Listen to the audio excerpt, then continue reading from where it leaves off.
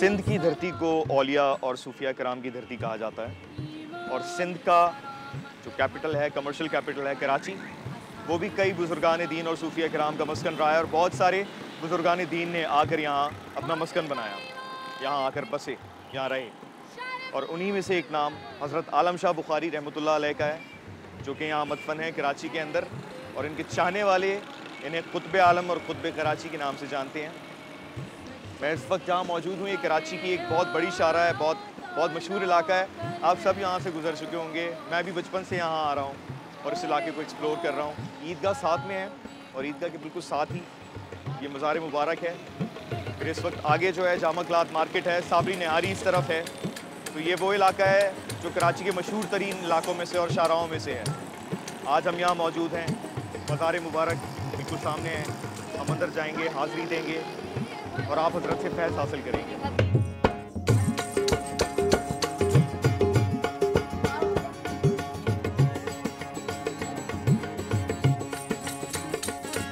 कराची के कदीमी तस्करों और अहले अल्लाह की महफ़िलों में आपका ज़िक्र जा बजा मिलता है, इसलिए भी कि जब 1851 में अंग्रेज़ों ने टावर से गुरु मंदिर तक बंदर रोड की तामीर शुरू की तो आपके मज़ार मुक़द्दस से मुल्हक़ा मैदान को ईदैन की नमाज़ों के लिए मुख्तस रहने दिया।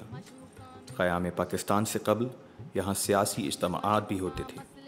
बिलखुसूस 1938 में ऑल इंडिया मुस्लिम लीग का इजलास, जिसमें शेख अब्दुल मजीद सिंधी ने वो तारीख़ी करारदाद पेश की जिसमें हिंदुस्तान की तकसीम का मुतालबा किया गया था। मुस्लिम अमायदीन आपसे खुसूसी अक़ीदत रखते थे। क्या अजब कि उस कॉन्फ्रेंस के लिए ईदगाह मैदान का चुनाव इसी निस्बत से किया गया हो। ख्वाजा दिलबर शाह वारसी रावी हैं कि सिंध मदरसतुल इस्लाम के बानी हसन अली आफंदी को हज़रत कुतुब रहमतुल्लाह अलैह से खसूसी लगाव था और जब अलीगढ़ मुस्लिम यूनिवर्सिटी का एक वफ़द जिसमें राजा साहब महमूदाबाद और दीगर शामिल थे कराची पहुंचा तो उसे कैंट स्टेशन से खुसूसी इस्तकबालिया जुलूस के साथ सिंध मदरसतुल इस्लाम ले जाया गया। जुलूस के शरका जब शहर से होते हुए बंदर रोड पर मौलवी मुसाफिर खाने से ज़रा आगे मज़ार मुक़द्दस तक पहुँचे तो हसन अली आफंदी वफ़द के शिरका को मज़ार आलम शाह बाबा रहमतुल्लाह अलैह पर ले गए। हाजी अब्दुल्ला हारून शेख सादिक वज़ीर आज़म रियासत खैरपुर और मुफ्ती अब्दुल करीम दर्स भी हमरा थे। शुरका ने फ़ातिहा ख्वानी की, फूल चढ़ाए और दुआएं मांगी। राजा साहब महमूदाबाद ने अपनी जेब से 500 रुपये लंगर के लिए इनायत किए। इस वाक़े का उस्मान दुमोही ने अभी अपनी तसनीफ़ कराची में तस्करा किया है और आमद की तारीख़ 16 रबीउल अव्वल 1329 हिजरी बताई है।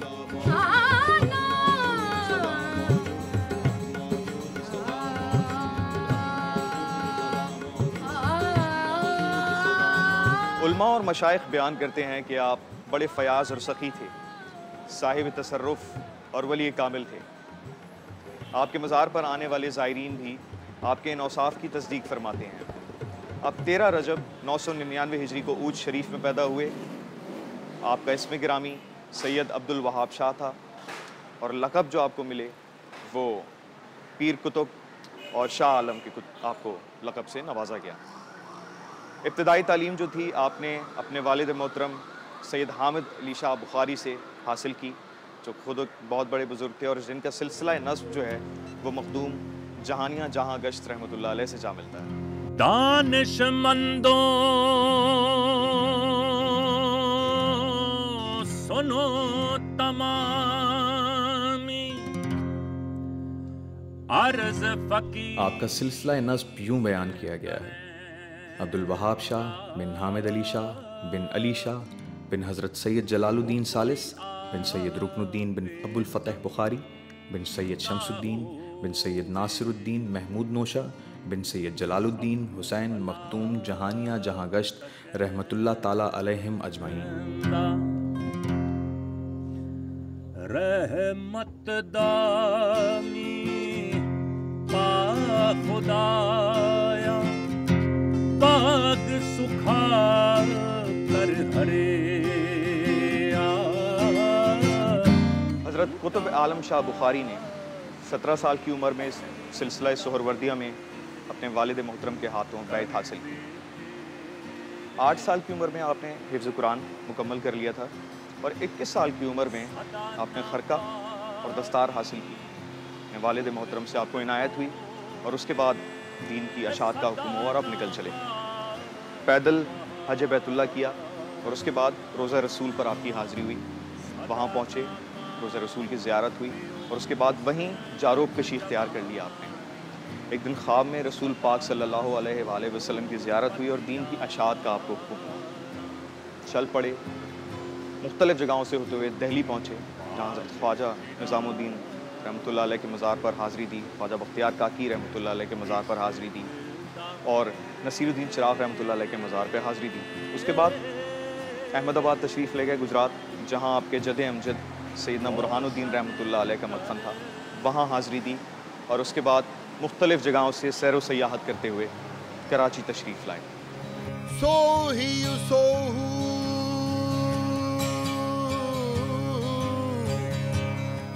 अजल सो अल्लाह, सो पीरी सो पसा,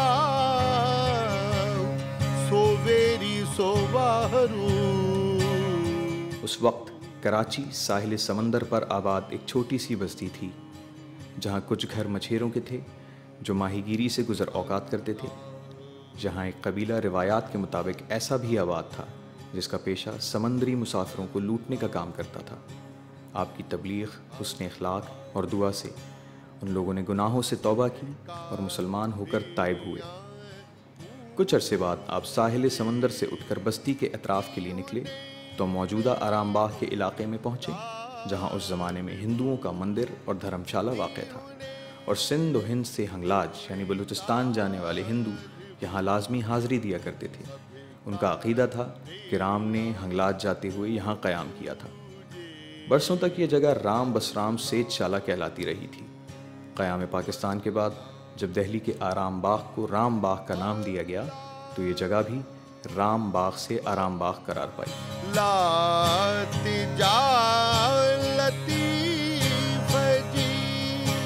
मैं इस वक्त मज़ार के अंदरूनी अहाते के अंदर मौजूद हूँ और यहाँ मेरे साथ वज़ू खाना मौजूद है। इस तरफ मेरे पीछे आपको लंगर खाना नज़र आ रहा होगा और यहाँ लंगर जारी रहता है और दूसरे मज़ारात की तरह। और मगरिब के बाद आजकल रमज़ान की वजह से लंगर होता है, वरना पूरा दिन चल रहा होता है। ख़वातीन के लिए अलग इंतज़ाम है, मर्द हज़रात के लिए अलग इंतज़ाम है। यहाँ करीब ही आराम बाग पर कई सालों पहले, काफ़ी सौ सालों पहले जब आप हज़रत यहाँ आए थे तो एक धर्मशाला मौजूद था और उस धर्मशाला के अंदर एक चश्मा जारी हुआ था, चश्मा था जो वहाँ मौजूद था। तो आप हज़रत रहमतुल्लाह अलैह जब तशरीफ़ लाए तो आपने वज़ू के इरादे से जब उस चश्मे के पास गए तो हिंदुओं ने पहले तो आपको रोका कि वज़ू नहीं भाई, हिंदू का है। लेकिन जब आपने गुफ्तगू की तो वो परेशान हो गए थोड़े हिंदू, क्योंकि आपकी शीरें बयानी और अल्लाह के वली थे ज़ाहिर है। तो हिंदुओं को ये परेशानी लाहक हुई कि अगर आप हज़रत रहमतुल्लाह अलैह अगर आबाद हो गए यहाँ तो ये जो लाखों यात्री आते हैं ये तो मुसलमान हो जाएंगे आपकी शीरी बयानी देख के और आपसे मुतासिर होके। तो उन्होंने एक बहाना तराशा और आपसे रिक्वेस्ट की कि जी हमारा जो है ना बड़ा अकीदा है इस चश्मे के साथ और हमारा ये भी अकीदा है कि अगर कोई मुसलमान इसके साथ जो है इसके अंदर वज़ू करेगा या हाथ डालेगा तो ये खुश्क हो जाएगा, ये हमारा मुक़द्दस चश्मा है। तो आप हज़रत रहमतुल्लाह अलैह ने नागवारी का कोई इज़हार न किया। आप वहाँ से उठे और कुछ फरलांग दूर जो है जहाँ इस मैदान में आ गए जहाँ दरख्तों का झुंड था उस ज़माने के अंदर, जहाँ आके आप आबाद हुए और आसपास के जो देहात और छोटे मोटे इलाके थे और जो भी इलाके थे वहाँ से अक़ीदतमंद आते और आपसे फैज़ हासिल करते।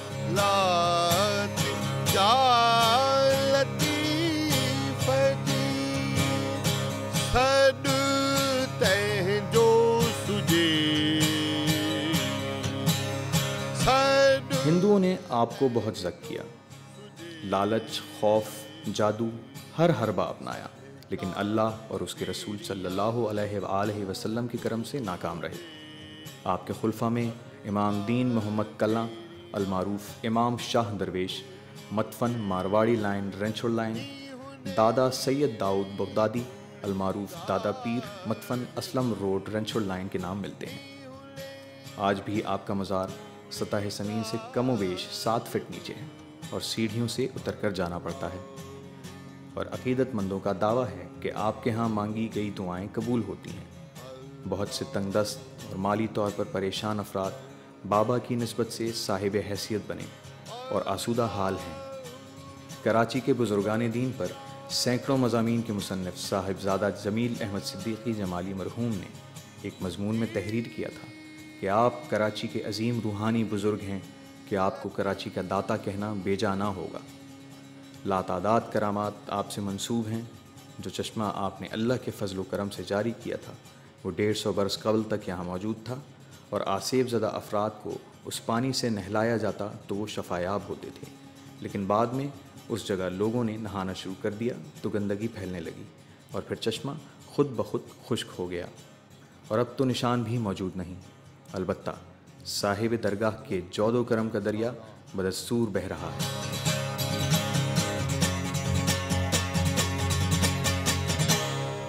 आपकी शहादत के बारे में कुछ इस तरह भी वाक़यात में मिलता है कि चूँकि आप नौजवान थे और आपने काफ़ी लोगों को इस्लाम की दावत दी, अल्हम्दुलिल्लाह लोगों के ईमान लाने की वजह से यहाँ पर बहुत तेज़ी के साथ गैर मुस्लिम आबादी मुसलमान होने लग गई।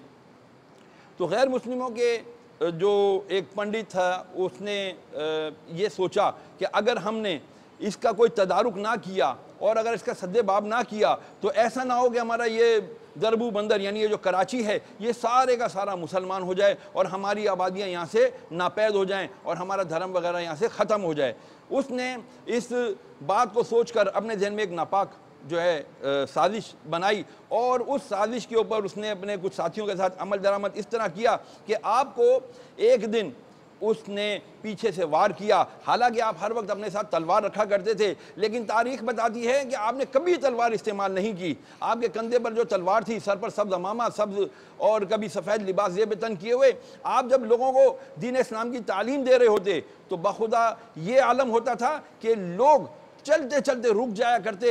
आपके चेहरे का नूर, आपके अल्फाज की ताजगी, शगुफ्तगी ऐसी होती थी कि वो आपकी बात सुनकर मुतासिर हुए बिना रह ना पाते थे और अल्हम्दुलिल्लाह इस्लाम ले आते थे। बिलाखिर 50-55 साल की उम्र में आपको जो है शहीद कर दिया गया।